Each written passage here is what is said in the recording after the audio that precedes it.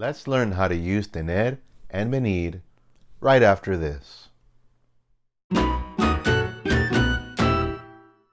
Hola amigos, and welcome back to the Spanish Doctor, here to cure all your Spanish ills. Make sure to read along down below, listen, repeat after me, and I'll give you an English lesson after the Spanish dialogue. Empecemos.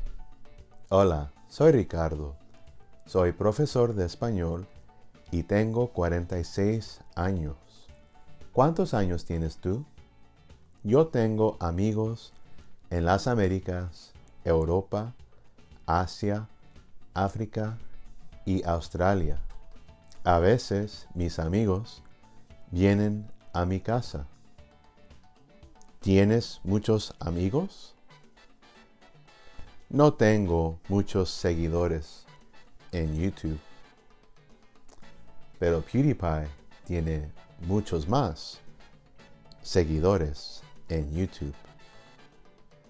PewDiePie y T-Series tienen una competencia ahora.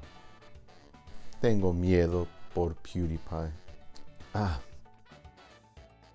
Tengo sed.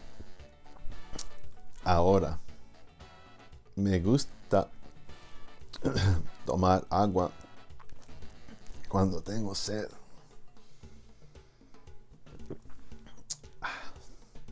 Cuando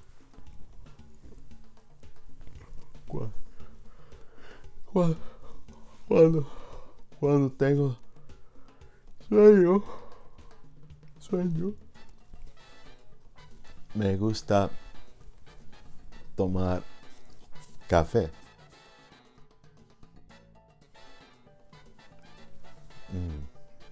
El café de guagua es delicioso. Es primavera ahora. No tengo frío, no tengo calor. El calor viene en julio y agosto. Vengo aquí al sótano cuando tengo que grabar un video. También vengo al sótano cuando tengo ganas de jugar un videojuego. Lead taken. Lead time.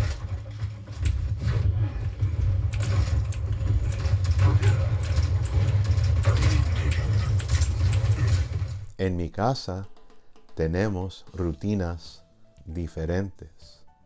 Mi esposa y yo venimos a casa a horas distintas. Mi familia viene a casa ahora.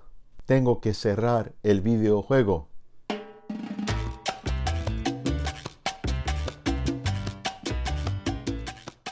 You just heard me use tener and venir in the dialogue. They are like the ER, IR verbs that we looked at in the last video, but with a twist. Both yo forms have go at the end. Yo tengo, yo vengo. E changes to IE in tú, él, ella, usted, ellos, ellas, ustedes. Tú tienes, tú vienes. Él tiene, ella viene. Now, nosotros and vosotros show the true colors of these IR verbs. Tenemos, venimos. Tenéis, venís. The ER of tener comes through as the E in tenemos and tenéis. The IR of venir comes through in venimos and venís. I like to introduce these verbs together because they are so similar. Venir at this level is a little easier to explain. Generally, you'll just use it to mean to come. You can use it in other ways, but we might save that for a later date. Tener is a very useful verb to cover at this point in your Spanish journey because it can be used in so many situations. Let's break down the many different ways you can use tener. Tener, to have. We use tener to say something like, Tengo dos hermanos. I have two siblings. Tengo una computadora. I have a computer. Tengo un iPhone. Very much like English. We use it to state what we have. Tener, to be. We also use tener in situations where in English we would use to be. For example, in the dialogue I said, Tengo 46 años. In English you would translate that as I am 46 years old. But in Spanish it's more like saying I have 46 years. It's just different. You just memorize the way to say it. You kind of discard the fact that it means really something like to have. That's just the string of words that we use in Spanish.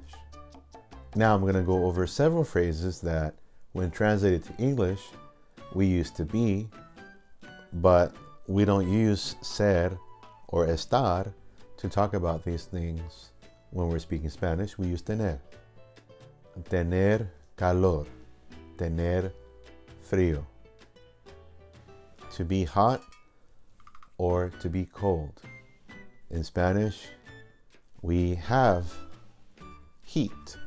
We have cold. But obviously, we don't translate it that way to English. So in English, we use to be, but in Spanish, we use tener. Yo tengo calor. Ella tiene frío. Calor and frío, those are nouns. Those are not adjectives. So they're not going to change based on gender or number. Yo tengo calor. Yo tengo frío. Ella tiene frío. Be careful because some students try to change frío to fría when they're talking about a woman. You don't do that. Tener hambre. Tener sed. When we're talking about being hungry, thirsty in Spanish, it's also tener. Let's look at a couple of phrases now that are not translated as to be in English. Tener ganas. Tener ganas de. To have a desire. To have a desire for doing something. Tengo ganas de comer comida china. I have a desire to eat Chinese food. Or tengo ganas de comida china. Obviously, I will be eating the Chinese food, so I do not need to say comer if I don't want to say that. Tengo ganas de comida china. If I want to say it, tengo ganas de comer comida china. If you use a verb after de, it has to be in the infinitive form. Tengo ganas de comer. Tengo ganas de tomar. Tengo ganas de bailar. Tengo ganas de salir. You use an infinitive that ends with AR, ER, IR. You can't have a conjugated verb right after a preposition like that. Notice that in English, we can translate that infinitive either as an infinitive or as an ing form, depending on how you want to translate it. Tengo ganas de comer. I feel like eating, or I have a desire to eat. Tener ganas also refers to just sheer will or willpower. For example, if you don't really want to do a task that you are being encouraged or forced to do, you could say, no tengo ganas. I don't feel like it. Tener que. Que is not translated as anything in English. With this expression, you use an infinitive after que. Tengo que leer un libro. I have to read a book. Many times in Spanish we will have just two verbs together, and you can translate the second verb as to whatever. Necesito leer, I need to read. Necesito trabajar, I need to work. But with tener que, you can't leave out the que. Tengo que estudiar, I have to study. Tenemos que mirar la película, we have to watch the movie. If you ask somebody if you really have to do that, tengo que estudiar, the person telling them to do that thing will very often just say, sí, tienes que. And that's like saying, yes, you have to. We know what the topic is, so we don't have to necessarily put a verb after que in that situation. Bueno amigos, muchas gracias and thank you for joining me in another episode of The Spanish Doctor. Leave a comment down below of how you're feeling, what you would like to do, how old you are, when you're going to come over my house. I don't know. Sé en español, suscríbete, échame un me gusta y nos vemos. Adiós.